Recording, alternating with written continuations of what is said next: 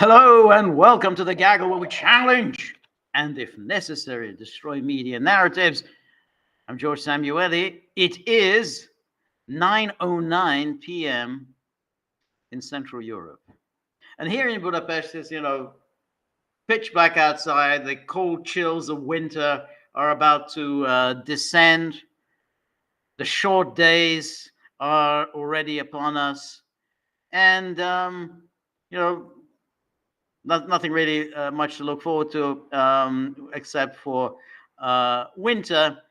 And it's looking like the heating costs this winter are going to be quite brutal because of Ukraine's oil sanctions, its refusal to transit Lukoil to Hungary's oil refineries. So the lack of oil should spike energy heating prices a nice amount this winter.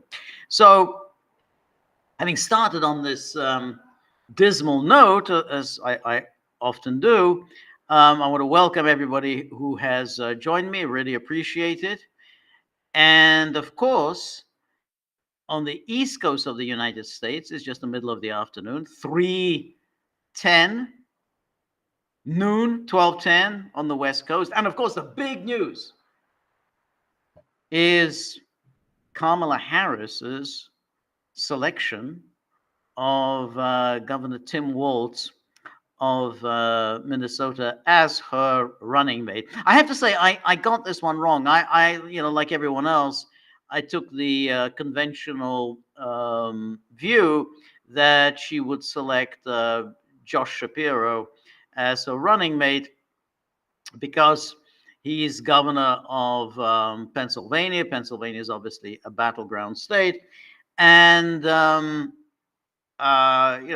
he's got the whole Israeli Jewish thing, and he's kind of seen to be a centrist, a moderate, and therefore is likely to appeal to the center, which is supposedly the thing that we all need to appeal to in a general election. The people in the middle, they're the people who matter. They apparently don't think about anything, but they're the only ones who matter. But she didn't do that. She went for this guy Tim Walz, which in many ways is a very odd selection.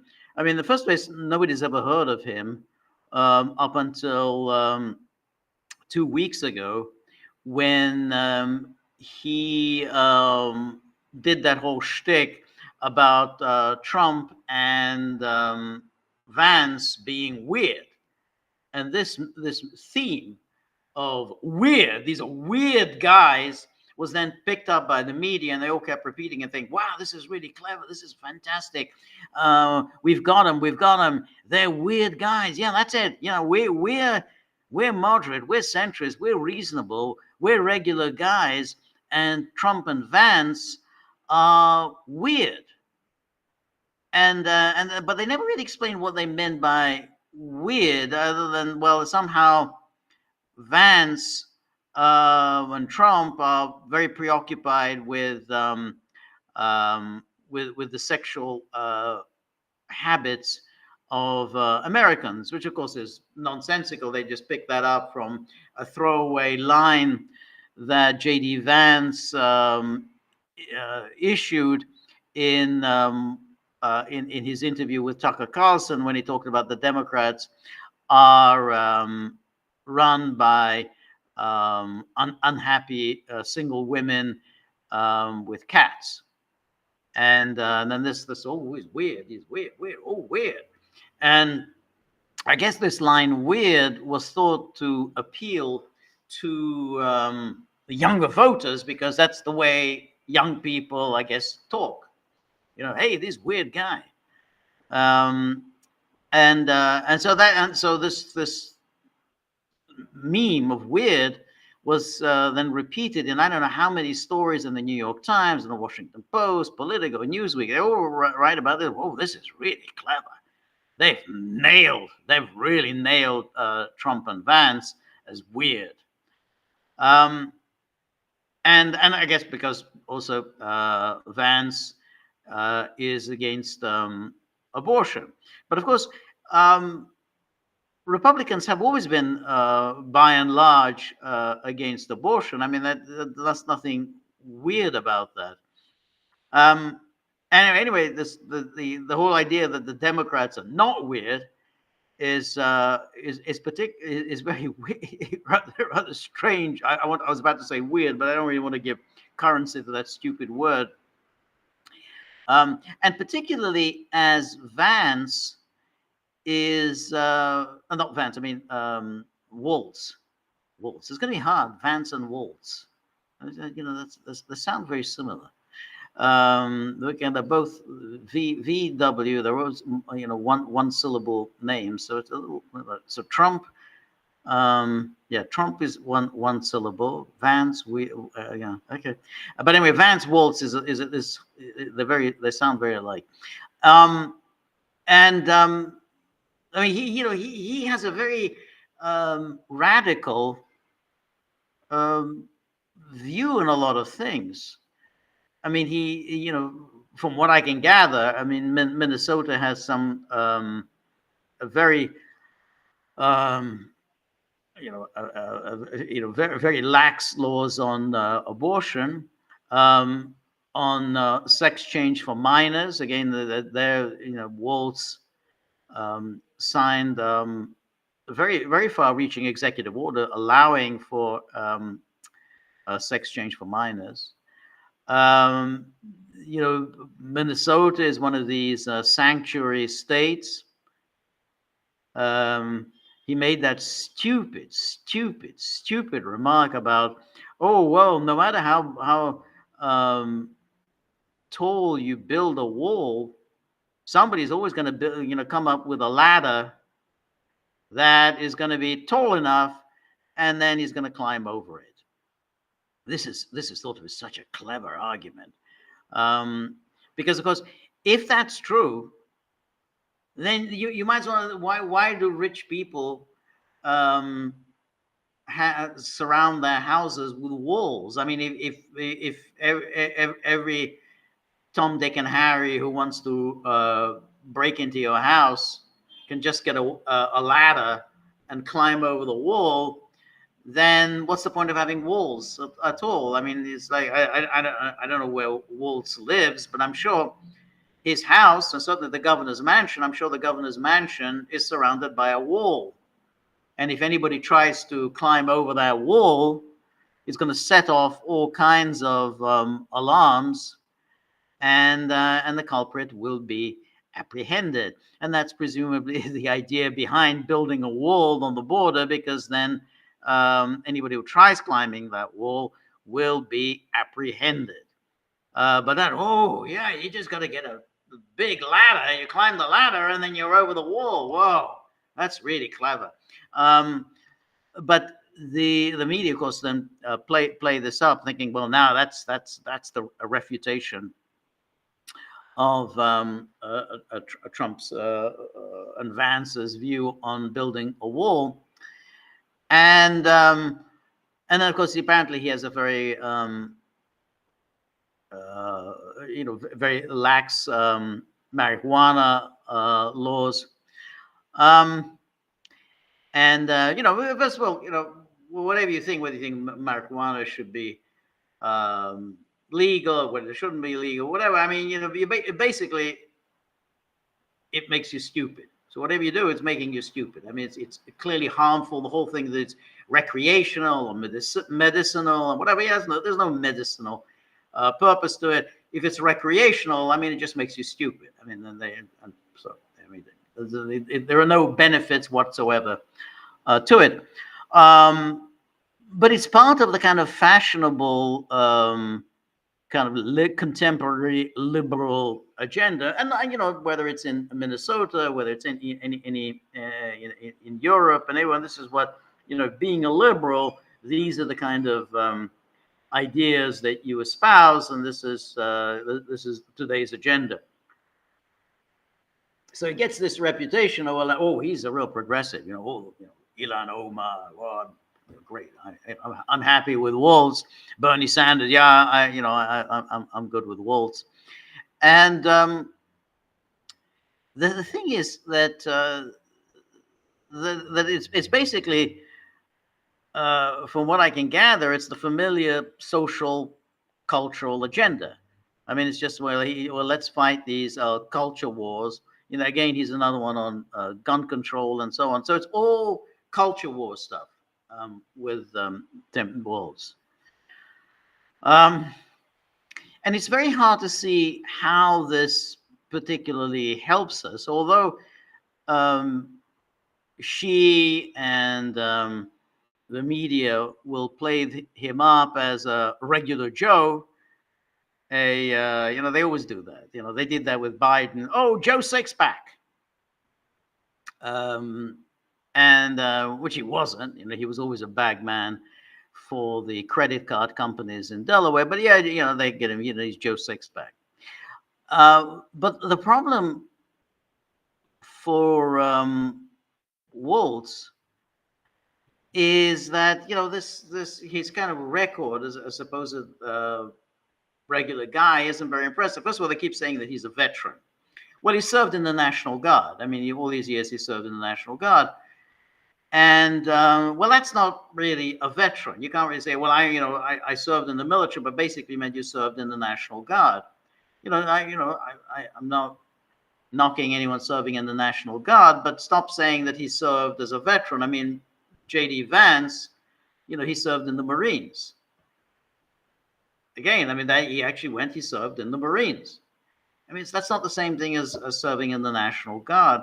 And I remember when Dan Quayle and, of course, George W. Bush all kind of, they made the case that I served, I served in the National Guard, and everyone made fun of them because everyone said, well, that's just basically a weekend camp.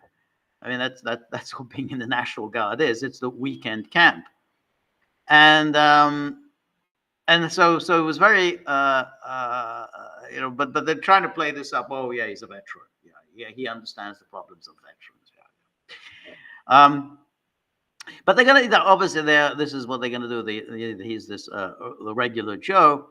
But what's interesting is what Steve Kornacki said. Steve Kornacki is one of these one of the few people who is pretty decent on MSNBC. I don't watch MSNBC, but sometimes I see clips featuring Kornacki, because I think Kornacki plays it straight and he looks at the numbers and he doesn't do the whole Trump's a fascist, Trump's a racist, Trump's working for Putin. I mean, he never does any of that. He just looks at the numbers. And he looked at the numbers and he said, well, look, I mean, the Democrats have a problem with working class voters and with rural white voters. And Walz is not doing well among them. And he said, well, in 2020 election, Biden did better among rural white voters in Minnesota than Governor Walz did in his own gubernatorial election. So Biden did better than Walz did. Obama did better than Walz did. So he doesn't have a particular appeal to rural white voters or to working class voters. He does well in the Twin Cities, does well, in Minneapolis, great numbers. But that doesn't help the Democrats, because the Democrats, they do well in big cities. That's universal. In every big city, they dominate. And so it's no trick that you can get any Democrat who's going to do well in Minneapolis. But what you really need is someone who's going to try and make an appeal to working class voters, rural white voters, and there's no evidence that Walz has any particular appeal there. So then, in other words, working class voters are not buying the whole Joe Sixpack shtick, which is what they're going to try and sell him as. So it's an odd um, choice by her. Um, and so, but I mean, I've already seen a few articles in Politico, and it's all gosh, gosh, gosh, what a fantastic guy, what a real man of the people, one of these salt of the earth types. Um, so, in the other big news of the day that I wanted to mention is that the British, who are now the British ruling class, very much on the rampage to crack down on, again, the British working class. Again, far right, violence, racism, Islamophobia, the familiar thing. And what they're doing is obviously going after the influencers. As I predicted yesterday when we talked about it, that they're going to go after Tommy Robinson. The online influencers who supposedly set the riots in motion. But what the media are doing is, of course, mounting an onslaught, as is their wont. They're mounting an onslaught against alternative media, and obviously against Twitter. So what they're doing now is putting out the lie, and it is a lie, that somehow everything that the riots were triggered by this false story that the alleged killer of those 3 little girls was a Muslim asylum seeker or Muslim living in the UK illegally. Now, it is true that the initial story was that this was a Muslim asylum seeker. But the story was corrected almost immediately. When I was watching the coverage on Monday evening, it had already been corrected. So that was last Monday. So that was already 8 days ago. So everything that's happened since Monday, it was long after that the initial story had been corrected. So the only people who are putting out the story about he was mistaken for a Muslim migrant are the media themselves, and they're doing it. They're doing it very, very deviously, very cynically. They're doing it in order to suggest that the alternative media, that the social media, are putting out disinformation, and they're doing it again, the cynical purpose of getting the government to crack down on alternative media, to crack down on the social media. And that's exactly what Keir Starmer has wanted to do even before he became president. Not president, he became prime minister, elected prime minister. And that's why they keep putting out the story. There was this disinformation that he was the alleged killer was a Muslim. Now, this thing about the disinformation is all absolute crap, absolute disgusting crap, for one obvious reason. I mean, yes, there's a lot of wrong things that are said on Twitter. People get a lot of things wrong. They put the story out, and that of course happens every day. But the point is that when that happens, it is corrected almost immediately. Almost immediately, it is corrected. It doesn't stay there for very long. What the really pernicious things are the fake news, the news items that don't get corrected, that are accepted as true. Whether it is Trump colluded with Russia, Iraq had weapons of mass destruction, Milosevic was committing genocide. Trump said fascists are good people. Trump said you need to inject bleach into your arms in order to avoid COVID. All that is absolute crap. The mainstream media propagate that, and they don't get corrected. And you ask any person, and say, well, did Trump say that you should inject yourself with bleach in order to fight COVID? So yeah, that Trump said that. It's rubbish. Trump never said anything like that. Just like the thing about the Trump saying, fascists are good people. He never said fascists are good people. He said, in fact, the opposite. So those things are not corrected. Why? Because the media are very happy to put those stories out. But the story, like that one with the Muslim migrant, that was corrected right away. So everything that has happened since last Monday has been not a response to, Muslims, the Muslims are terrible.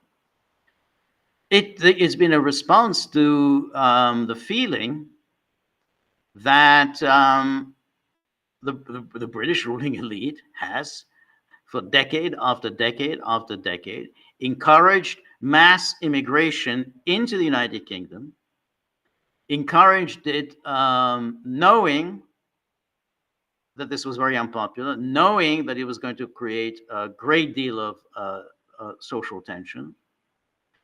And they did it with a view, obviously, as a source of cheap labor, with a view to feeling good about themselves, and with a view to making Britain more multicultural, more diverse. They just didn't like Britain the way it was. It has to be multicultural. We don't want to be boring and white and so on. No, we've got to be multicultural. We've got to bring people in from all over the world. And this was done deliberately. Now, the governments pretended that there's nothing they could do about it. Well, of course they can do about it. I mean, the whole idea that governments cannot do this. Apparently, they can change the weather. We can fight climate change. Amazing. You can fight climate change. You can fight what's said on in social media, but you just can't do anything about controlling who comes into the country. Now, when Enoch Powell first brought up the issue of immigration in his famous April 1968 Rivers of Blood speech, the issue then was that there was this racket. Of course, it was a racket, which was that people from the Indian subcontinent would come to the UK, and then, of course, through arranged marriages, they would bring in husbands or wives from the Indian subcontinent. And then, of course, when the husbands or wives come to the UK, then, of course, they bring in their parents. And so it goes. And then again, once they intermarry, and then you again, bringing in people from the Indian subcontinent. So this is just going to go on and on. It was a racket. Now, that was before the latest racket, which is the asylum seeking, which is, again, clearly we are not talking about asylum seekers. I mean, clearly we are talking about people coming in and knowing that once you're in, you're in. And it's almost impossible to throw anybody out. And that's known. And the governments and the politicians know this. And they know that they have, one very effective tool in their toolbox, which is that whenever anybody complains, then they're going to threaten crackdown. Like who was it? The British Justice Minister. I don't even understand how they have these strange positions, like the British Justice Minister.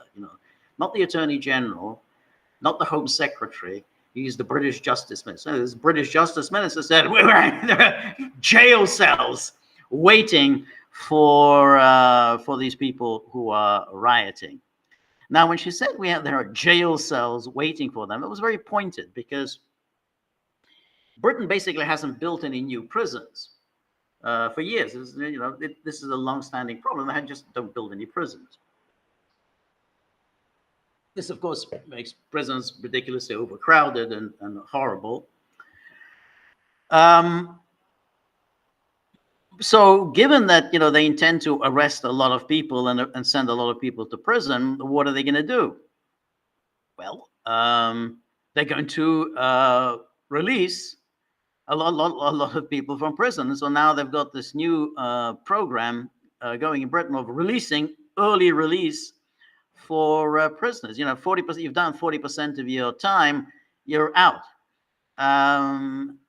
So you may well be just releasing kind of dangerous criminals onto the streets in order to imprison these terrible racist rioters. But the really interesting part, and this is always where it was going, was the crackdown on speech. Because once you've established, you go from this. These riots were caused by disinformation on social media platforms. So we have this disinformation. So there are all these online influencers who allegedly get people out onto the street. So we need to crack down on them. But then, and that's never enough, we need to crack down on who enables the enablers. And guess who that is? That is the social media. And guess who that is? Well, that is Elon Musk. Because Elon Musk has been reluctant to comply with any of the requirements, certainly in the EU, with the Digital Services Act. He's refused to cooperate with the EU commissioners, and they're already threatening him with massive, crippling fines. So, it may well be that Twitter will just leave the EU, but now they want to do that to him in the UK. So we're getting these threats that the parliamentary committee, they're going to subpoena Musk. Now you ask, well, why do they want to subpoena Musk? What are they going to ask him? I mean, Musk didn't write anything. But what they're going to subpoena him about is saying, hey, we want transparency in the process. Now, of course, they don't want transparency. The last thing any of the British ruling elites want is transparency. They don't mean transparency. They want to know, why aren't you taking down these accounts? Why are you allowing these messages on Twitter? So that's what they want to talk about. They say, well, we need transparency. Somehow there's no transparency in Twitter. No, they don't care about transparency. They want to use and coerce Musk in order to stamp out all commentary, all accounts from Twitter that do not agree with the views of Britain's elite.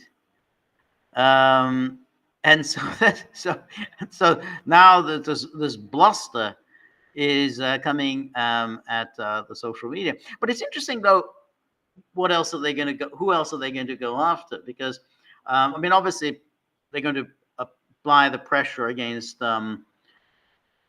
Musk with regard to Tommy Robinson. That Tommy Robinson's a little tricky because normally he'd be a sort of person who'd be easy to push out. But there's obviously an Israeli Mossad connection with Tommy Robinson. So his anti-Islamism is clearly supported, sponsored by powerful Zionists and by Israel.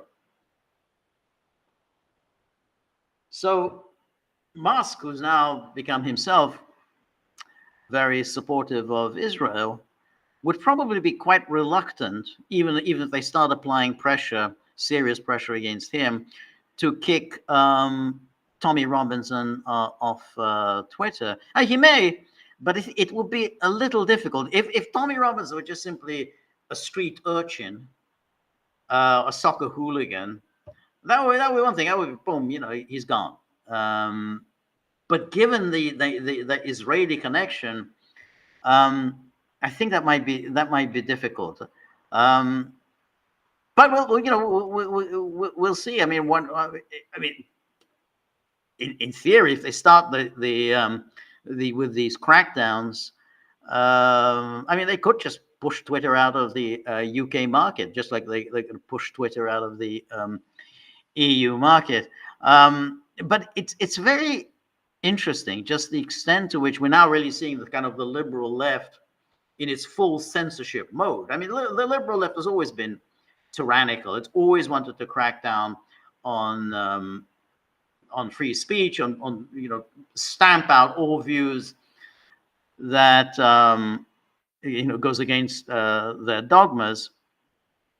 That's their natural mode. That's the natural instinct, and we saw that. And they've been dominant. They've year after year they've been very dominant. So in the sort of back in 2020, if you remember, that was before the pre-Musk era. This was liberal left controlled Twitter. I mean, it was a boom. I mean, can you remember those days when all of the commenters on COVID, we're talking about serious university professors at Yale, professors at Stanford. They were getting censored. They were getting pushed out from Twitter. These strange characters who monitor the tweets. We're kind of censoring Professor Bhattacharya of Stanford. And then, of course, they kicked Trump off altogether, which was quite astonishing. They just they just booted Trump off. The incumbent president of the United States was kicked out from Twitter. So this was a very, very good time for the liberal left. They had Facebook with Zuckerbucks, who was basically dispatching a kind of $500 million, maybe even more dollars to secure the election of Biden. And then you just kicked out Trump. You censored all skeptics on COVID. And then they lost it when Musk took over Twitter. Now again, there are obviously problems with Musk, and the Musk-Israeli connection is certainly very dubious. However, it is striking that this has just enraged the kind of this global liberal left, and they're just going after Musk and personally blaming Musk for the riots in the UK. Imagine they're just blaming him. They don't seem to even realize. I mean, that what it is. Twitter is a platform. It's that's all. It has no editorial line. It's a platform. It is like a telephone. You can't just start going around kicking people off. It's just like you can't just sort of deny a telephone service to someone whose politics you don't like. But that's their that's the mode of these people. I remember when Liz Truss, she kind of reinvented herself as she was going to be a populist. This awful person. The last thing you can imagine. I mean, these are all phony, absolute frauds. I mean, they were, Tories. These are the Tories, and they were brought on. She and that ghastly, revolting person, Priti Patel. And Priti Patel who's an Israeli agent. She was caught red-handed working for the Israeli government. But she's now bidding for the leadership of the Tory party, an Israeli agent. And so they pretended to be Tories, knowing that that's the fastest way to promotion. Because you go to you join the Labour Party. Well, I mean, that's full of women. I mean, the place is run by women. I mean, it's all women, completely. I mean, it's just. So I mean, I'm just trying to think. In the UK, I think the deputy prime minister is a woman, home secretary is a woman, chancellor of the exchequer is a woman. And so, but by and large, I mean, it's dominated by women. So if you're an ambitious woman, then there's no point in going into the Labour Party. So you join the Tories, because that's because once you do that, the Tories are always, oh God, we're going to appeal to the women. We're not, we got the women. The women are not voting for us. Gender gap, they're not voting for us. So they start promoting all these the most ghastly creatures around. One of whom was Liz Truss, and it was David Cameron who pushed her. A total buffoon, totally incompetent person, who went from one big job to another for no other reason than the Tory party wanted to appeal to women. Apparently, the way to appeal to women is to have women. And the same went for Priti Patel, the Israeli agent. And so there was Liz Truss. I think it was one of those conferences, conservative populist conferences that they have in Washington, and she was there with Nigel Farage. This is after she was already kicked out as prime minister, and when she gave her speech, all of it was really about the Palestinian demonstrations, after October the 7th, the big pro-Palestinian demonstrations taking place everywhere. Anti-Semitism. That was all that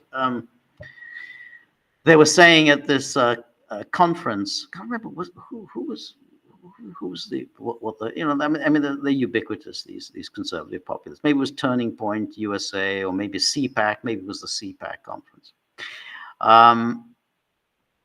And so when she spoke, all she could say was to use this word crackdown. I don't know how many times she said it in her short speech, crackdown. We need to crack down on this. We need to crack down on that. And that's her mood, because again, she's really part of that, liberal leftist elite way of thinking, which is crackdown. Anytime you get a dissenting voice, it's a crackdown. And Priti Patel, I think today or the other day, she was saying, how dare anyone start talking about two-tier policing? Because this is, people are talking about this two-tier policing, and including Nigel Farage. They said, well, this is how, they treated Black Lives Matter, how the police treated Black Lives Matter, and this is how the police are treating today's protests, rioting, whatever you want to call it. And two-tier policing, basically, they when it came to Black Lives Matter, it was kid gloves. No kid gloves here. I said, how dare you don't talk like this? No, there's no two-tier policing. This Black Lives Matter, that was about, there was a serious issues, they were addressing real issues, racism, these were peaceful demonstrations, mostly peaceful demonstrations. No, not at all like the current riots. This is, as I say, this is somebody bidding to be the leader of the Conservative Party. Oh, these were peaceful. Everyone knows that. Of course, they were not peaceful. Everyone still watched the violence, but she still has to do the shtick of saying, "Oh, it was always peaceful. It was peaceful. It was mostly peaceful." And again, that's the position of somebody bidding to be the leader of the Tory party. Those were peaceful. And of course, yeah, I mean, as absolutely, there was two-tier policing, and everyone knows this. I mean, look what happened at the time of COVID when people were demonstrating about the lockdowns. I mean, they set the dogs on them. You know, he said, you know, these just sending dogs biting the demonstrators against the lockdowns, which were all BS, completely BS. Everyone who was demonstrated against the lockdowns was entirely correct, and the police who were enforcing this ridiculous order were wholly in the wrong. And so there she is, so you know, rejecting any idea of the two-tier policing. So that's the on this. So let's take a look at some of the questions. At the well, let me look first at the locals board. Our friends at the locals was always very good. And let me, yeah, all right, let me see. So as soon as I go to the locals board, it's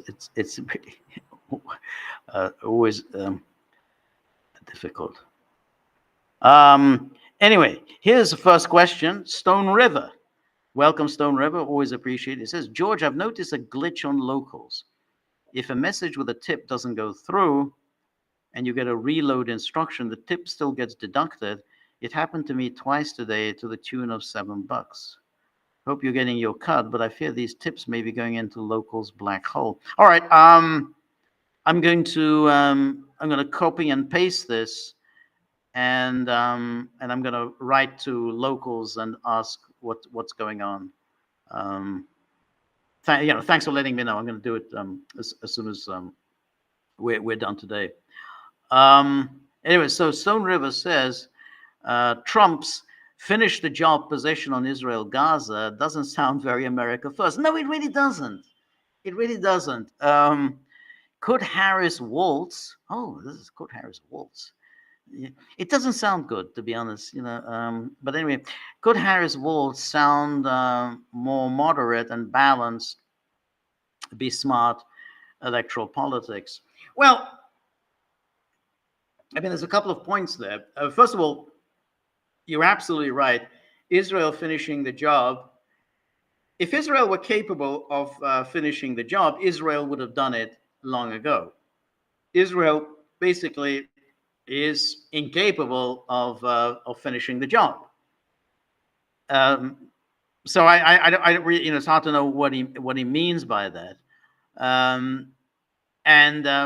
But it sounds very brutal and sounds very sadistic. And given how horrific this war has been so far, you know, I mean, it is really very hard to justify, just in terms of the casualties, you know, what happened on October the 7th and the number of people who have been killed, Palestinians who have been killed since then, and you still are nowhere near to defeating Hamas. So his position, it doesn't sound very America first. You're absolutely right. Because America first would mean, well, what is in America's interest? Not what is in Israel's interest, but what is in America's interest. And clearly, what's in America's interest is to bring this war to a very swift conclusion. Some kind of an agreement is signed, and we ensure that there's no danger of a war between Israel and Iran, which is going to suck in the United States. That's an America First policy. And so again, you think, well, America First means what it says, America First. What's in America's interest? Not what's in Israel's interest, but what's in America's interest. And it's clear that what is in America's interest is peace and, an immediate cessation of hostilities. But the problem is that Trump has got to be embraced that whole Israel lobbies argument, which is whatever's good for Israel is good for the United States. It's like that the version of, what's good for General Motors is good for the United States, or what's good for Israel is good for the United States. It's a bizarre and dishonest argument, but Trump has embraced it. And then again, nobody really challenges him on it, because either he gets these friendly interviews from Fox News and various social media types who have huge followings, and they of course pretty much all on board for Israel, so they don't ask him that. Or if he gets a hostile interview, as he did with that National Association of Black Journalists, they never ask him anything like that. They just say, January 6th, January 6th, January 6th, why are you such a racist? That's about it. But that's a very obvious point. If you're saying it's America first, then it means America first. It doesn't mean Israel first. Since when is Israel first meant was the same thing as America first?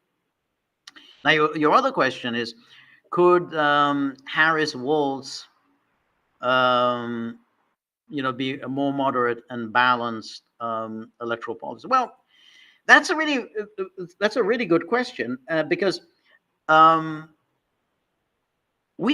Harris is a complete blank slate. We know really nothing about what she really thinks, what her policies are, how she sees the world.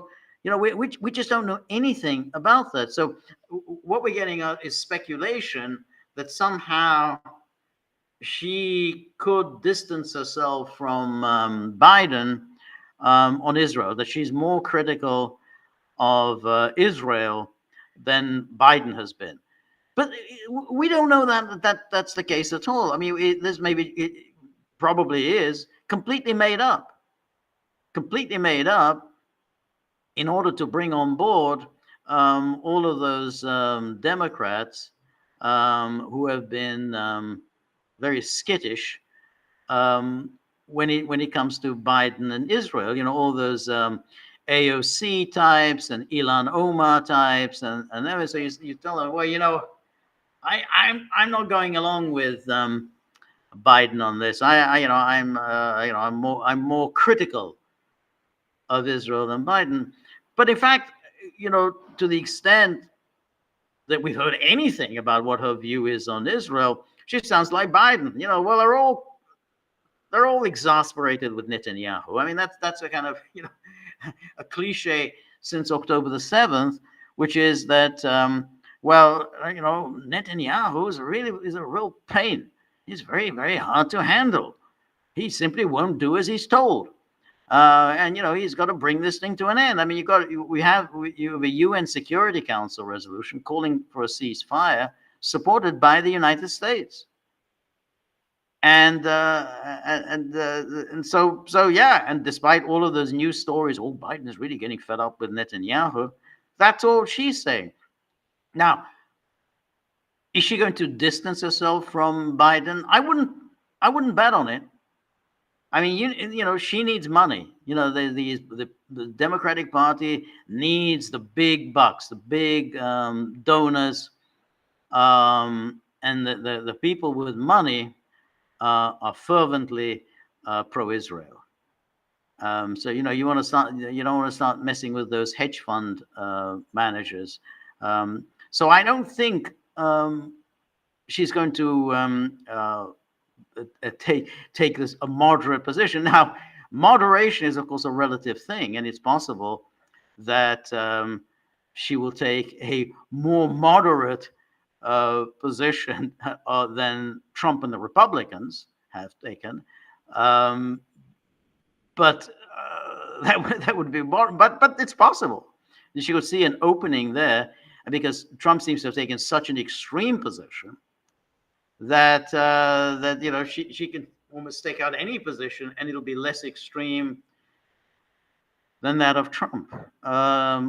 So that's a possibility, but that's just simply a trap that Trump has kind of set for himself. There was no need for him to do that. Again, back in 2015, 2016, he was taking a much more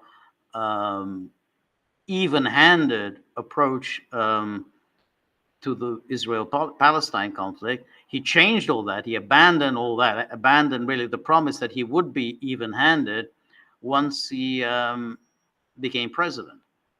Now all that is just a distant memory. But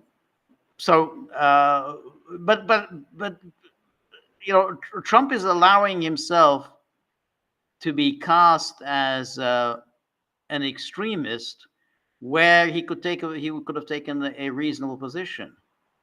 So anyway, Robert, thank you very much for your generosity, Robert. He says, Robert says, in a recent podcast, the Gaggle bosses, who's that? Is that the hounds? Those the Buddy and Apple, the Gaggle bosses, surmise the party bosses will soon move to oust Biden so Harris can run as the incumbent. Yes, that was the position that we took. Yes, it turns out that there are prediction markets in which you can bet on such occurrences, such as polymarket.com. Prediction markets tend to be more accurate than polls. Yeah, I agree with that. As people who place bets are motivated to make themselves better informed. Yeah, no, I think that's right, and I think generally when you've got money, you're gambling with money. I mean, you're going to be much more careful than when you're just simply shooting your mouth off. At the moment, on Polymarket, $500 million bet, 52% in the belief that Trump wins, 46% Harris. That's interesting. I saw a poll today from Rasmussen, which is quite reasonable. And according to Rasmussen, he says this whole thing about how the Harris surge is fake news. He said that it is true that Harris did have a short bump shortly after Biden stepped aside and she became the de facto nominee. And yes, she, her poll numbers did surge, and she seemed to draw level with Trump. But he said that over the past week, her numbers have slid, and that according to his polls, this is Rasmussen's polls, Trump has restored more or less the lead that he had over Biden before he stepped aside. So that was just a brief bump in the polls that Harris had. The media still, of course, running with the story that, Harris is surging. But he was saying that no, that was just a brief few days flutter. But now the numbers are more or less returning to where they were before Biden stepped aside. So that would confirm, Robert, what you're saying here. I don't know. He's the pollster, so I don't know. I'm an incorrigible pessimist, and I kind of think that Harris will win. But of course, I don't think she will win in an election that's fair and square. I don't think this election is going to be fair and square. That's why I think that there's a good chance that Harris will win. And that's really the problem for Trump. I mean, Trump really, it is a question of too big to steal. You have to win so decisively that you can't steal it. And I think that may be very difficult. So that's why even with these numbers, 52% Trump, 46% Harris. But how do they factor in the cheating part? That's what I'm not sure about, is because I can't factor that in either. I mean, I have to think about all the things, the terrible things we know are already going to happen. I mean, we already know illegals are voting. Again, contrary to the media nonsense, we know the polls have shown illegals are voting. They conduct these surveys of people who vote, and people admit they voted even though they were not citizens of the United States. So given that we don't even know who's going to be voting, I mean, it's very, very, very difficult to then say, oh well, Trump's ahead in the polls and therefore Trump will win. So anyway. W. Baker says specters of Walter Mondale. No, well, I mean, I guess so. I mean, he's worse than Walter Mondale, because Walter Mondale who was the senator from Minnesota, long-standing senator. But Mondale was more or less a kind of an old-fashioned Democrat. So he was more of a kind of working class Democrat of the type that used to dominate Democratic politics. But this, when you looked at his agenda, he's really progressive. I was kind of reminded of 1972 with George McGovern. And McGovern was a very decent guy, and I don't really want to say anything mean about McGovern, because I think he was an honorable person, even though he got crushed in a 49 state landslide. But the joke was that Democratic Party, the themes it was running on was abortion, acid, and amnesty, the AAA. So acid, of course, is the term for LSD. So abortion, amnesty was, of course, amnesty for the draft dodgers who left the United States for Canada. And so that was and then when you look at this agenda of Walz, it sounds a little like an abortion amnesty, abortion acid amnesty. Marijuana, abortion, sex change operation,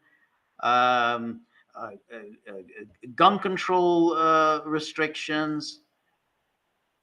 So it's a kind of, and of course, sanctuary for illegals, against the wall. I mean, it's all the worst kind of leftish cultural warrior stuff that he's engaged in, which Walter Mondale didn't really do. I mean, I was always a little surprised that Mondale got hammered as badly as he did in 1984. I mean, again, Reagan carried 49 states, because he wasn't really that radical. Now, obviously, Reagan was a kind of beloved figure, and it was very hard to run against Reagan. And the economy was doing well. It was recovering. It was recovering from that very serious recession. So when the economy is recovering, the incumbent does well. But 49 states seemed a very harsh penalty. Now, of course, Mondale made the classic. Well, he did something very original in the 84 election, which no political candidate has ever really done, which was to promise that he would raise taxes. Now, it's a very odd thing to do if you're running for office, to promise that you will raise taxes. And when you're running against a candidate who says that he will cut taxes, I don't know. He didn't look like he was serious ever about winning. And then, of course, he selected this disastrous running mate, Geraldine Ferraro, which again didn't help him one bit. But But still, I don't know. Maybe it's just nostalgia. I kind of feel Monday was better than Waltz. Can't believe Monday would have gone for the weird and thinking that this is some really clever line. Anyway, then and then W. Baker says he's having the same trouble to the tune of $10. Okay, that's I'm gonna have to look into that. So again, I'm gonna send that also your what you said to locals and find out what's going on. I'm really sorry that you're having this difficulty. But thank you anyway for the thought. And then and he says, I was trying to keep Apple from chewing George's arm off. Maybe we can see some of the tips. Yeah, I mean, I think that's how he does it. I mean, they are relentless. Either they're chewing my arm or they're just going straight for my throat. They've got this. The jaws are they're strong. So they can get the grip into me. It's quite painful. I mean, they may not be very big, but their jaws are very strong. So it's really is not nice. 60 cents. Oh, it's good to see you, 60 cents. From midday. It's midday here in Silicon Valley. I smell yet another underhanded regime change, this time in Bangladesh. I do not know if it is a color revolution. Does the color arrive next?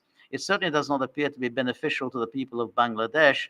I hear the proximity of Bangladesh to the Strait of Malacca may be a factor. No, I think that's you're absolutely right. I mean, it does look like a color revolution, and I'm assuming that it's somehow a warning shot across the bow against India. I mean, India is kind of has always been Bangladesh's patron. So I think that this is directed at Modi. Now Modi has been a kind of a pain in the neck for the West because he hasn't really joined. I mean, but Modi is playing a kind of a double game. He's part of the Quad. The purpose of the Quad is obviously to contain China. So he's there, with United States and Australia and Japan. Again, the goal is to box in China. So he's part of that. But then he seems to have quite good relations with Russia. And this is enraging the United States. Because they say, hey, you're part of this alliance, and now you're being all friendly with Putin. And, he recently visited Russia. It was a big state visit of Russia. And I think that they're trying to apply pressure against Modi. And Modi may be quite vulnerable at the moment because, he didn't do that well in the recent election. And so I think that's kind of what they're trying to do in Bangladesh. It's a warning shot. I mean, you lose your ally here in Bangladesh, and then you're thinking that something like that could happen in India. India is always a very very precarious. I mean, you have to think about that. It's a how they keep that country together is always it's kind of a mystery. I mean, they've had terrible riots in the past, and I wouldn't be surprised if they're going to do something like that again in India. Foster riots, and then try to engineer a color revolution against Modi. That's I can't I don't. I mean, I'm speculating here, but that's why I think that what's going on now in Bangladesh may be the first step towards a color revolution in India. Guess we'll see. But thank you so much, 60 cents. Thank you, and thank you for your tips, generosity. And then Baker says, I tapped over and checked my local's wallet. It doesn't look like today's tip have been deducted. All right. Well, okay. I'll send that message as well to locals. Oh, God. sort of pain. It's a real pain in the neck. But locals and rumbles, I mean, they're so ineffective. Cynthia, always good to see you. Thank you so much, as always, for your generosity.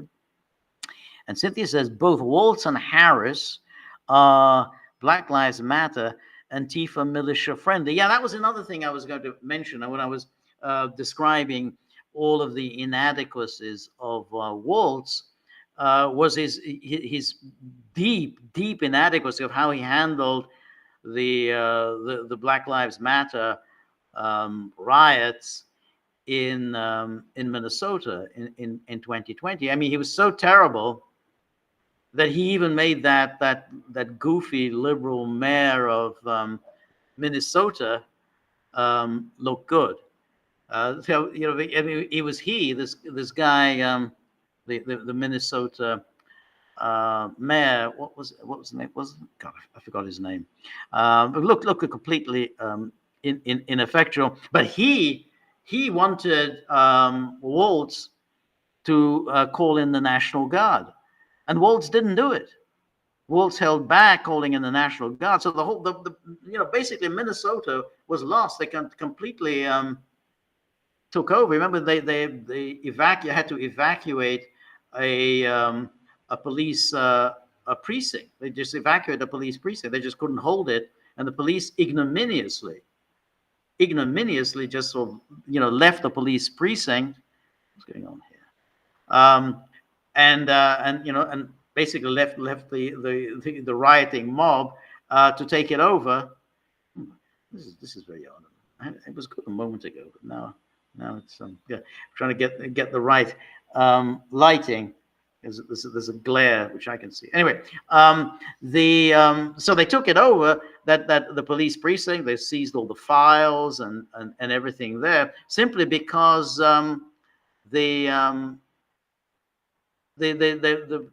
Walz did not refuse to send in the National Guard, and then even then,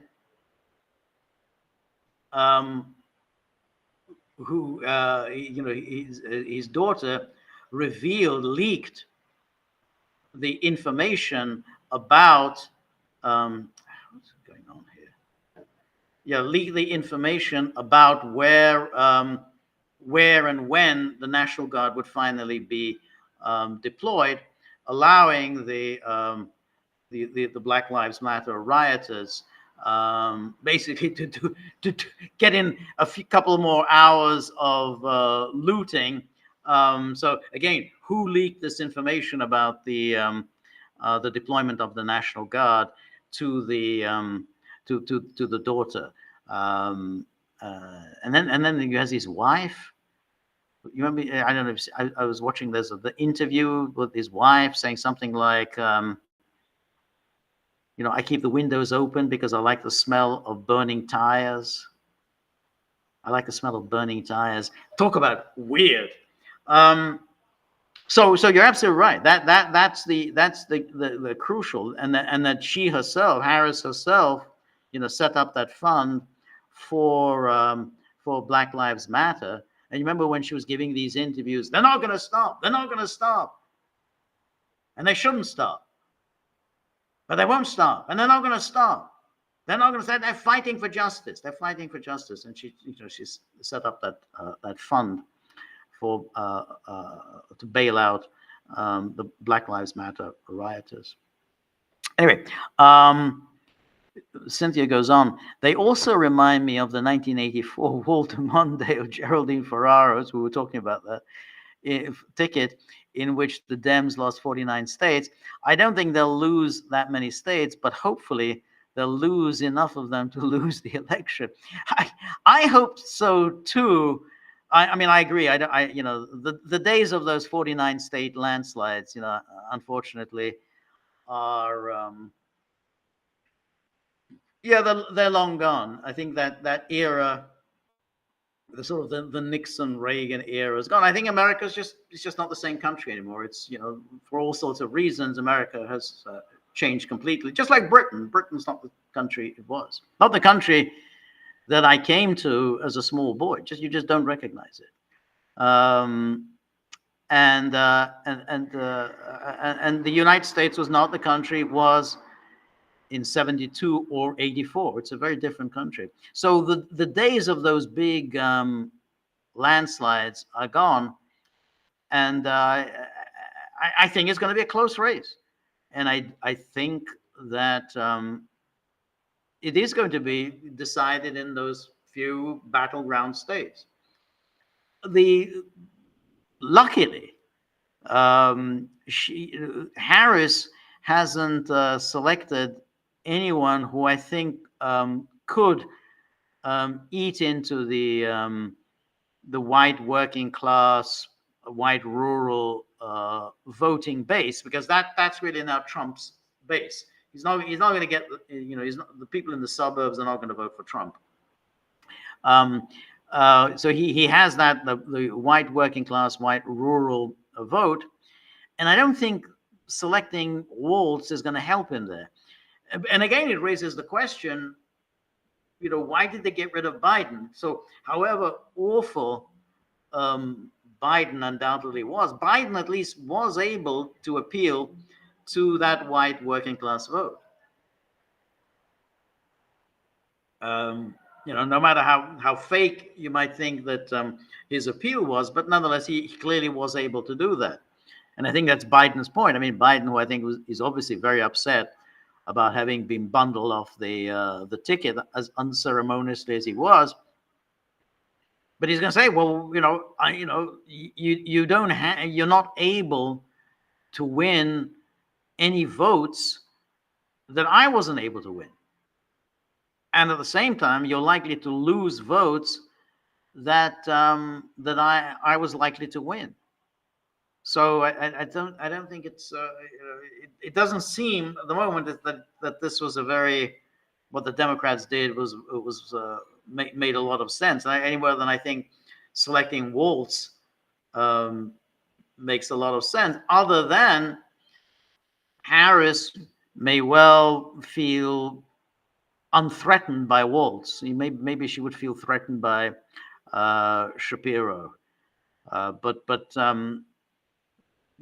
Walz just I don't know, he seems a very unthreatening sort of person. I don't know, because other than that, I'm not sure what the rationale, particularly as Minnesota. I mean, although Trump tried to win Minnesota in 2016 and he tried again in 2020, I really don't think it's in play. So Walz isn't really adding anything to the Harris column by Minnesota, whereas I think Pennsylvania obviously is in play. Anyway, thank you so much, Cynthia. Dale Owens says, what do you make of two-tier care in the UK, privileging Muslims over indigenous whites, all part of a sinister plot? There's no so I'm just looking at W. Baker says, check your local wallet, George. Apparently locals doesn't want you to have any tips from Stone River and me. All right. Well, as I say, I'm gonna send all these messages to locals and find out what's happening. This is very bad. Anyway, going back to Dale's question, what about two-tier care in the UK, privileging Muslims over indigenous? Yeah, there's no question. For he obviously does regard white Britons as scum. This is working class Britons, ordinary people who are upset about mass immigration and what it has done to them. Remember, what it has done to them is destroyed their neighborhoods. Boom, it's just completely gone. All their neighborhoods have gone. And then they've had to move out, go somewhere else, and then migrants move into those neighborhoods as well. So everything is just disappeared. And this doesn't affect Keir Starmer, Tony Blair, and all of those elites, because they live in very salubrious parts of London, and you don't have immigrants there. When you live in Knightsbridge or South Kensington or Chelsea or Pimlico, Bayswater, Holland Park, Very, very nice parts of London. Beautiful houses, greenery, gorgeous. But you don't see any immigrants there because those are very expensive areas, and no one but extremely rich people live there. And they're the ones who make all these decisions about bringing in mass migration. It's the poor people who don't really have anywhere to go. It's the poor people who are being driven out of their jobs through cheap labor.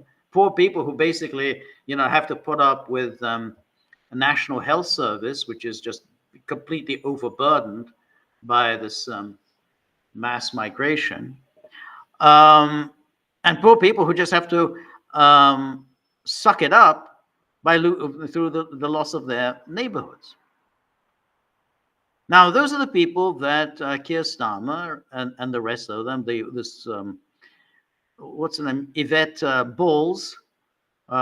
She's Yvette Cooper, but she's married to Ed Balls, so she's Yvette Walz. And then this woman, Alexander, she's the justice minister. And they're just foaming at the mouth. They're filled with this hatred for ordinary people. They shoved all this onto them.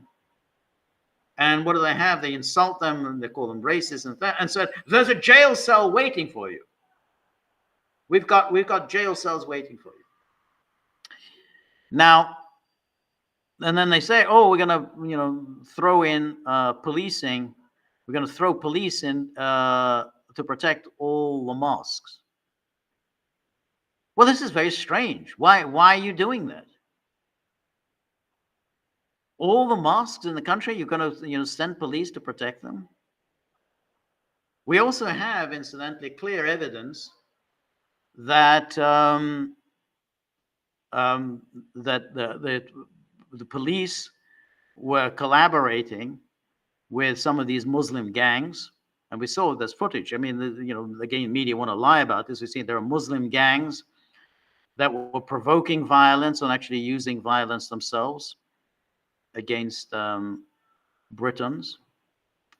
And so we have the police telling these Muslim gangs, hey, drop off your arms at the mosque, because if you don't, we're going to have to arrest you and take your arms away from you. So they were actually telling them to leave their arms in the mosques. Now, two-tier Keir, as you put it, has said nothing at all about the Muslim gangs. He said nothing at all about the people trying or provoking the violence. There's no talk about, we've got a jail cell waiting for you. And of course, Keir took the knee in 2020 for Black Lives Matter. And then he made a statement, issued a statement talking about how horrified he was over the murder of George Floyd. He got that wrong, of course, because George Floyd was not murdered. And in fact, he was never even, Derek Chauvin, who was clearly unfairly in prison, but he was never charged with premeditated murder. And so he said that when he was shocked, appalled by that. And he took the knee. There's a famous photograph of his taking the knee, along with the woman who is the deputy prime minister, Angela Rayner. And so he said he was appalled by that. He was appalled by police violence in the United States. Now remember, this scum, this disgusting scumbag, Starmer, he's talking about American policing and then the death of George Floyd. What has that got to do with him? I mean, he's a Labour politician in the United Kingdom. And then he said he's also appalled by Donald Trump's response. Donald Trump, none of it has anything to do with Donald Trump. I mean, Donald Trump is the head of the federal government. This was a local policing matter. What the hell has it got to do with it? And in any case, Donald Trump's Justice Department then immediately rushed, as they always do, the Justice Department, the federal government rushed to bring civil rights violations against the cops. So that, once, they get you on the state charges and then they hit you with some federal charges. So you're basically looking at, hundreds of years in prison. But anyway, he came out with all of this. He takes the knee at a time when there was clearly there was violence, obvious violence, the violence of Black Lives Matter in the United States. There was violence of Black Lives Matter in the UK. And he showed, well, these are the people I sympathize with. So this disgusting scumbag who kind of pretends that he somehow won an election, even though he won fewer votes than Jeremy Corbyn. And I'm not saying Jeremy Corbyn is a good guy. Because again, with Jeremy Corbyn, he had some virtues, but still he's siding with Muslims. He's siding with essentially people who are sort of immigrants to the UK rather than the indigenous population of the UK. And I should take this opportunity to say something that I think is should be said, and I think it's a little upsetting, that George Galloway has been terrible. George Galloway he has many good things to be said for him. He's on NATO, on Ukraine, on Russia, very good. But here, he's coming along and starting screaming racist, racist, racist. He's supposed to be heading something called the Workers' Party. Now, if you had something called the Workers' Party, then you should be defending the workers. So what do you defend workers from? What is it that you're supposed to defend workers from? From undercutting their strength and their bargaining power by importing cheap labor. That's what unions used to do. Trade unions used to protect their members from bosses who bring in cheap labor from other countries. So that's if you're going to be a workers' party, well, workers, socialists, then that's what you got to do. You got to think, hey, this is our people who are being driven into poverty by a constant flow of migrants into the country. They're losing their own neighborhoods. This is the Workers' Party. This is the workers. And yet he's attacking these people, the people who you're supposed to be representing, the Workers' Party. You're attacking them as racist. Oh, they're racist. These are all the racists. Racist scum, fascists. We defended George Galloway and the Palestinian protesters when there were all these people was screaming anti-Semitic, anti-Semitic. They're all anti-Semitic, anti-Semites, anti-Semites, anti-Semites. I'm saying, no, they don't understand. They just feel strongly about the issue of Palestinians. Just because they are opposed to Israeli policy doesn't make you anti-Semitic. So Galloway, as the head of the Workers' Party, should have said, well, look, these are people who are getting screwed over. They're getting screwed over. I may not like everything that they're doing, but they're getting screwed over, and therefore they deserve support and sympathy. I don't want to go around just calling them racists and fascists.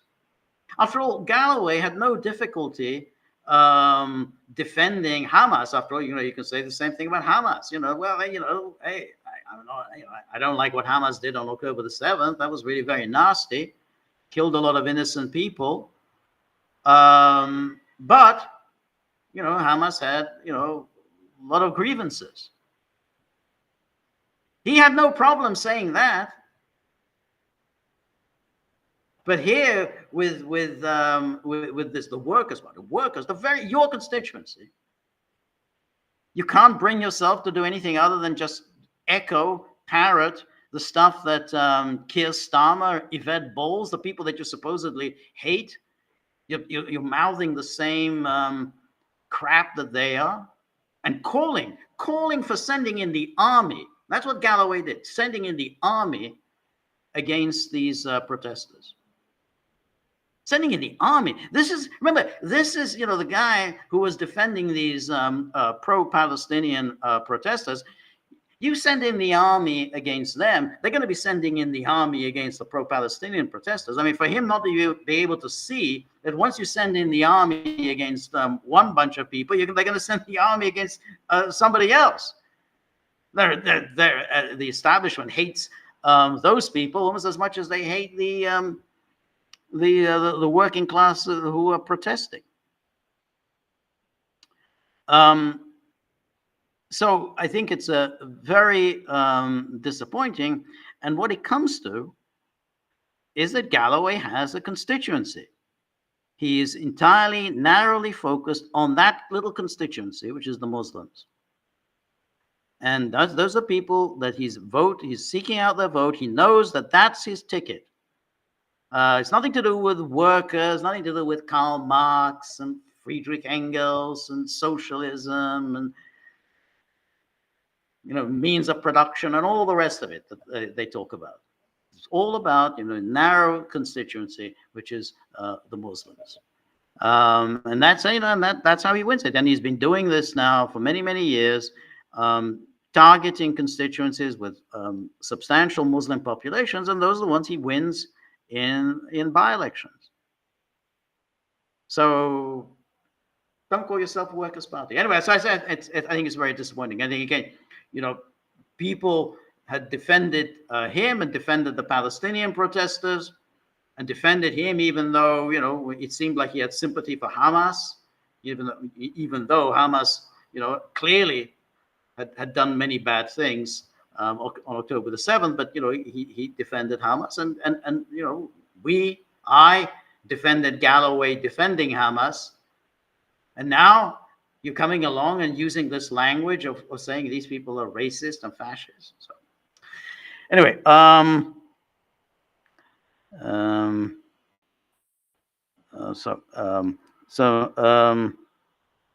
Dale Owen says, all this liberal authoritarianism goes back to Karl Popper, a scourge on humanity. Good for you. Well done, Dale. I absolutely agree with you. That was it. That was Karl Popper. That was his whole mode of, he pretended to be in favor of this open society, but he was always an absolutely authoritarian, but always believed that there should be kind of a ruling elite that knows better what's good for everyone than the people themselves do. And that's why Soros then took over from Popper that whole thing of the open society. So there was a good shtick that he had, the open society and its enemies, and then he was exploited during the Cold War. Oh yeah, we're the open society. Yeah. They're the closed society, but we're the open society. Well, no, not at all.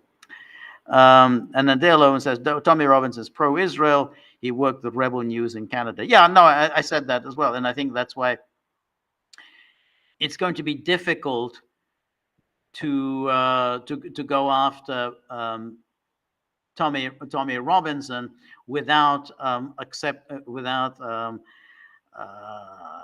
annoying very powerful pro-Israel lobby.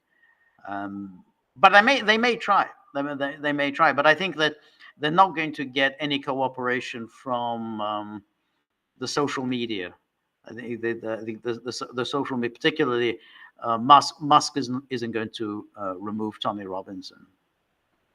Anyway, Cynthia says Starmer, instead of solving the problem of illegal immigrants, yes, and too many immigrants, wants to solve the problem of people complaining about it. That's exactly right. So this is somebody who said nothing about what's really triggered this, which was the murder of those 3 little girls. And remember, this wasn't just a kind of a one-off. I mean, people have now been compiling lists of all the terrible killings that have taken place in the UK at the hands of immigrants. I mean, there are sites, and I saw it even on Twitter. People just listing all of these various attacks, hacking attacks, and everything else. And that's leaving all the grooming gangs and everything else. So this was really just the straw that broke the camel's back. That those things. But Starmer and Yvette Walz, they had nothing to say about that. Well, we're of course grieving. Anybody can say that. Well, we're grieving. We must let the grieving process continue. Our hearts and our prayers, our prayers are with the grieving families. This meaningless, absolute claptrap. Nobody takes it seriously. This is pablum, just meaningless verbiage. Our thoughts and our prayers are with the victims' families. And nobody's buying it, and that's why the explosion was as strong as it was, because they weren't buying the crap that Starmer was selling. He came there after the killing, and he to lay flowers, and he was heckled. There were people who were heckling him. He didn't like that.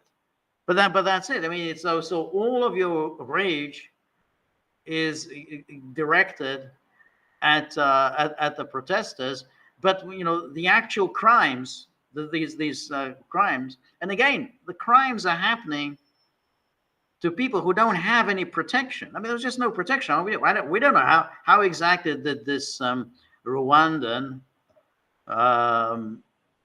get into this this dance class. I don't know. Evidently, there's not a great deal of security. A lot of security for Starmer. Yvette Walz has a lot of security. But the point is that Starmer and others who have encouraged mass immigration have done nothing to protect the public from the consequences of it. And rather than address that, the fact that you haven't offered any protection, they start screaming and talking about, how are we going to lock you up and throw away the key. Anyway.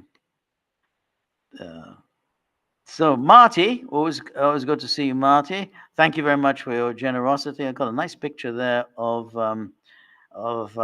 Apple. That's Apple looking a little sleepy. That's before he starts gnawing my arm off. It's like those wild dogs. Whenever you see footage of those wild dogs, I mean, they just start gnawing your arm off. I mean, you can't stop it. Anyway, so let's go back. Anyway, Mary Grossman, always good to see you, Mary. Maybe trivial, but when you think fashion can't be worse, from Dr. Jill Biden, now we have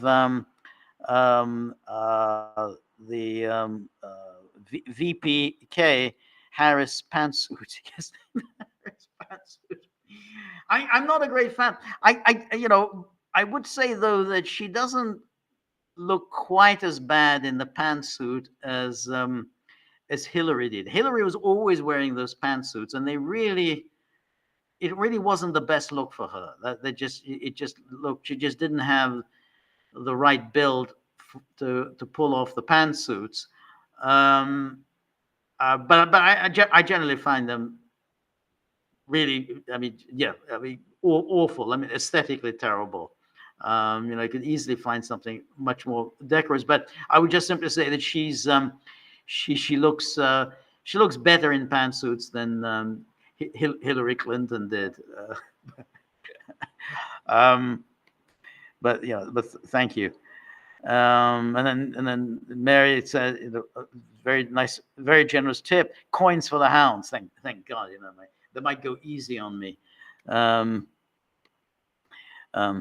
then Marty says, that was Cynthia says, love the picture, Marty. It also reinforces the notion that dogs often look like their owners. And that's very true, actually. I do think that there's a lot to that. They do. And that would make sense. I mean, dogs are very devoted to their owners, so it would make sense gradually they would come to look like their owners. I mean, I think that's I don't know how that works, but I think that by process of osmosis. Sinok, always good to see you. I've been trying to leave a tip and continually get connection problem. All right, so that's another one. All right, I'm going to send that as well. And then Sinuk says, I take that back. I tried to leave tip 3 times and it took from locals account, but not showing up in chat. Same as Stone River. Yeah. Anyway, Mary, thank you very much. And then the W. Baker says, George, see my screenshot in the comment section on the Stone River's comment underneath the video panel. You're owed $15 from locals. Probably enough for a single Hungarian beer. Well, in Hungary, the prices are a little better than that. So you probably get, maybe you could get 3 pints in Budapest. But I mean, Hungarian beer is okay. It's not great. But as I said the other day, it's the thing that I like is this. This is the Czech beer. This Pilsner Urquell. I think much better than the Hungarian beer. But Hungarian beer is okay. And then Robert says, I was wondering if you have a take on Steve Pichnik. Pichnik was a regular on InfoWars, dishing on politicos, for example, claiming that Nancy Pelosi's father had deep connections to the mob. For a while after Trump's 2020 loss, Pichnik came on InfoWars talking big about a coup in the works to reinstate Trump. Then he suddenly dropped off the radar. I could never tell whether his sympathies lay with the deep state, with the populists, or somewhere else. I'm not. I have to say, I don't know. I don't always watch InfoWars. I mean, I think. Alex Jones, I think, is obviously a very talented guy, and it's always interesting. His insights are interesting, but I don't know all of the people who appear. I think that that kind of big talk is always very. I really don't like it. I mean, you're essentially making yourself a target. It will confirm the people who are out for the people who are out to get you, that you're someone to worry about. And I find that really kind of creepy. I mean, again, I'm not talking specifically about Pichnik, but Bannon does that an awful lot. We're gonna do this. I think even when he introduces his show, he has something like, how does he put it? Pray for our enemies because we're gonna go medieval on them. How we're gonna destroy, obliterate all of our enemies. So when you talk like that, MSNBC and then CNN, they listen to that and they take it all down and they say, hey, Bannon is threatening violence. And that means Trump. We know Bannon is close to Trump, so Trump's threatening violence. So you're, in a sense, just giving grist to the mill of your enemies. And the whole thing about how we're not going to take, we're winning. We're going to, defeat all of our enemies. This kind of talk is really, really undermining your case. And then I have to wonder, what's Bannon's game? Is that what Bannon is really about? Does he want to do this? Does he want to kind of create this image of Trump and the Trumpians as people who are advocating violence? I assume he doesn't. I mean, after all, they have the Biden administration has gone after Bannon. They went out. Well, that was. I mean, the first time it was kind of interesting because the first time it was the Trump Justice Department that went after Bannon over the whole funding of the wall. So he was indicted by the Trump Justice Department. Trump then pardoned Bannon, and then to avoid the double jeopardy, I think it was the New York State that went after Bannon on the same charges, and I think he's still facing that whole criminal prosecution. I think once he gets out of prison, but that's the Biden administration went after him on that he ignored a congressional subpoena. So I'm assuming that Bannon is not a member of the deep state, but I do think that this is really self-destructive when you use that kind of language. Pray for our enemies because we're going to go medieval on them. I mean, apart from anything, I do think it's obnoxious to use language from Quentin Tarantino, whom I detest in any case, but be that as may, I always get suspicious when people are essentially giving grist to the mill for their enemies. All right. So Sino also says, same with me. You are owed $15 from me as well. All right. Thank you.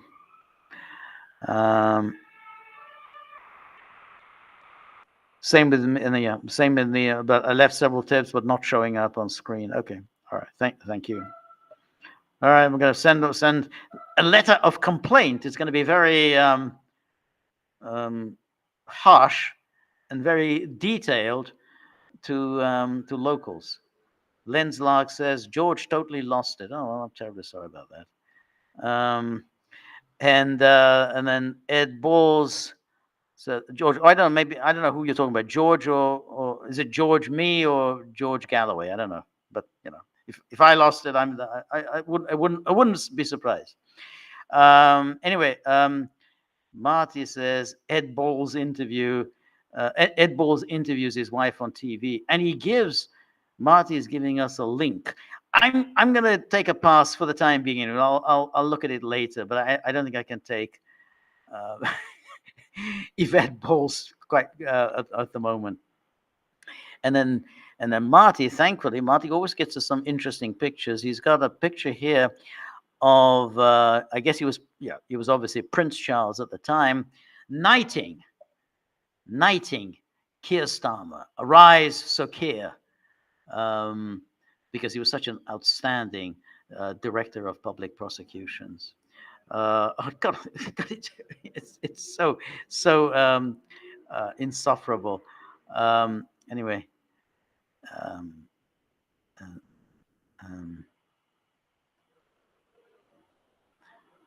and then Cynthia says about this business of the money. Same sort of thing happened to me several months ago, but I just blamed it on my poor internet connection, which I was having at the time.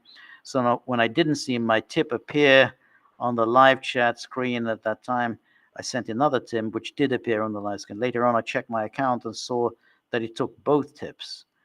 However, I didn't think anything of it since. All right, well, I'm good.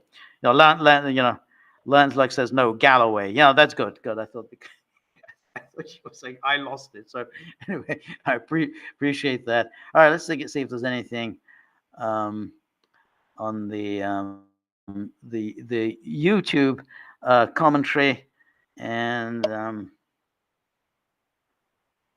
so let's.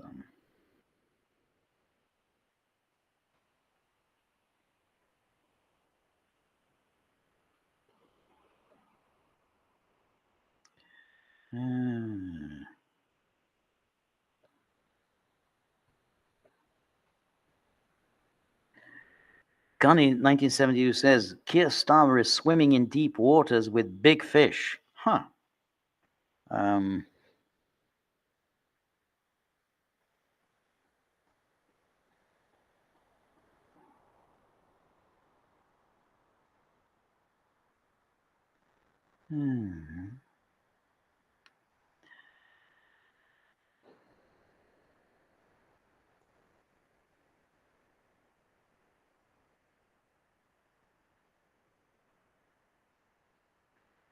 Sorry, I'm just going through, which is, as you know, it's really hard to read the um, um, some of the comments. White against black. Um, TT asks, why aren't the rioters attacking politicians instead of Sainsbury's, Greg's, and Shuzo? And I think that's fair. I mean, I agree. I think there should be protesting. I mean, I don't think this is the way to protest. I think, yeah, you should absolutely be attacking politicians.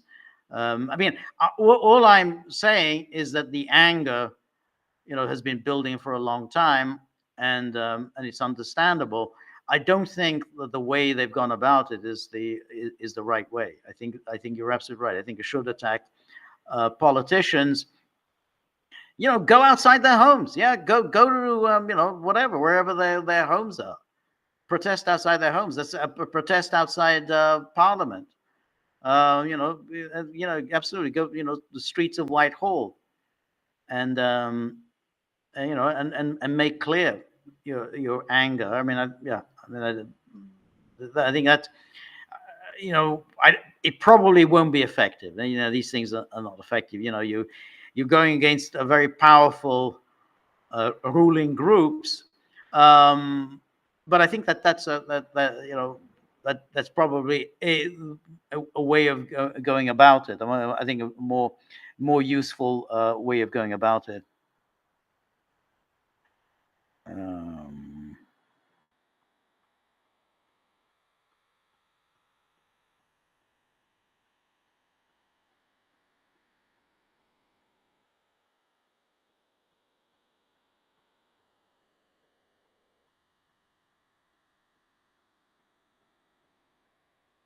TT says liberal left. Who are they? Can we have some names? I would say pretty much the government. You just list the people there. I mean that's a beginning of the list. Starmer, this Angela Rayner, um, Ed Balls, um, his wife, and so on. TT says, is Joe Biden liberal left? Well, he now embraces their view, but he didn't used to be. But he now is part of that largely, though for opportunistic reasons. He's also embraced some of Trumpian nationalist, protectionist positions, but that's just out of opportunistic reasons. The views that Biden now holds about racism, white again, on abortion, and the rest of it. Um, yeah, I'd say that's pretty much the contemporary liberal left.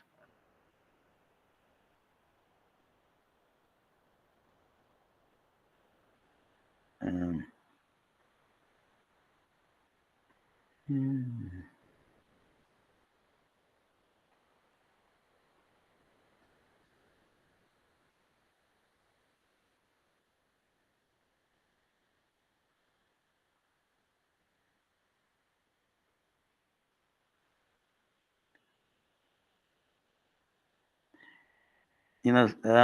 Second Horizon says Walz fears climate change will make Minnesota too hot. I wonder if he thinks it's going to happen in his lifetime. In about 4 or 5 years' time, Minnesotans will be, sitting out, on a December afternoon, drinking a cool one, sitting out on their porches, knocking back some cold beers because it's going to be so hot. Wonder whether people actually believe that kind of nonsense. Um,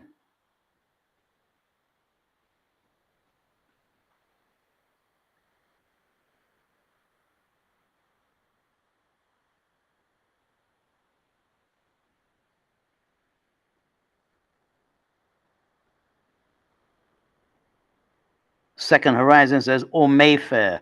Yeah, I think I was just listing all the salubrious areas of London, and yeah, you're right. I didn't mention Mayfair. There are many, many beautiful parts of London. I mean, if you're one of the lucky ones, you're gonna you're gonna have an extremely pleasant life living in those parts of London.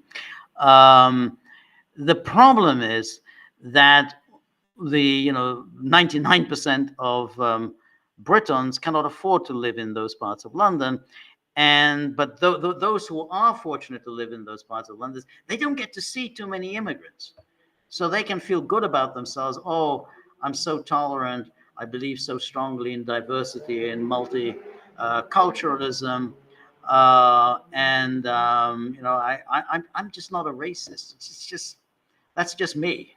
I'm just this good guy. I'm not a racist. They're racist, but not me. And then as you go, you see your friends, have a dinner party in Chelsea, then take a cab home. It's a very nice life. And never at any moment do you see an immigrant. Ocean 88 agrees with me about Galloway. Thank you.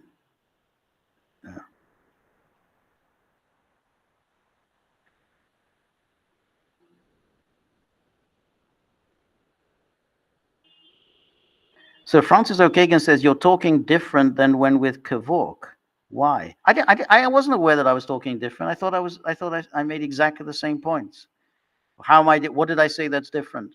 I think I was making pretty much the same points that I was making with Kevork. So tell me what I said that's in any ways inconsistent. Anyway, Stone River says, hope those hounds are not skimming off the top. Well, their view is that there's no top. I can't skim anything off if there's no top. They just say this is a joke. I mean, it's you call it a tip jar. A tip jar has to have tips in it. That's the definition. That's how it works. A tip jar means it's a jar with tips in it.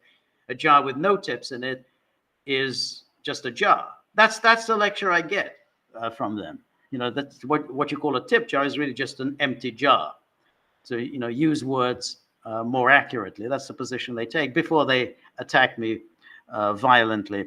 But anyway, my time is up. Thank you so much for joining me. Thank you so much for all your questions and your criticisms and suggestions.